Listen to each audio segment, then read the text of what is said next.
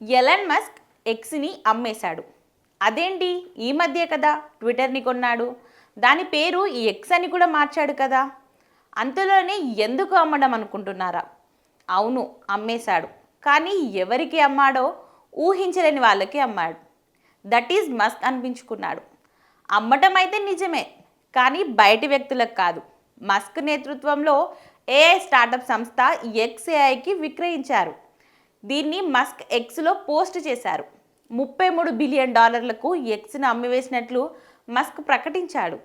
XAI విలువలను $80 billion నిర్ధారించాడు. XAI అధునాత AI సామర్థ్యాన్ని ఎక్స్కు అనుసంధానించడం ద్వారా ఉత్తమ ఫలితాలు రాబట్టవచ్చని మస్క్ భావిస్తున్నాడు.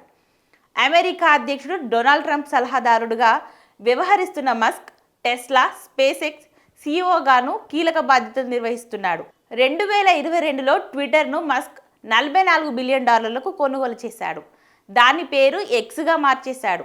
ఎక్స్ను సొంతం చేసుకున్న తర్వాత అందులో చాలా మార్పులే చేశాడు. చాట్ జీపీటీకి పోటీగా గతేడాది మస్క్ ఎక్స్ఏఐ, ఎక్స్ భవిష్యత్తులు ఒక్కదానితో ఒకటి ముడిపడి ఉంటాయంటున్నాడు మస్క్. డేటా మోడల్స్ను అనుసంధానం చేయడం ద్వారా మరిన్ని ఉత్తమ ఫలితాలు రాబట్టేందుకు ముందడుగు వేస్తున్నామని చెప్తున్నాడు.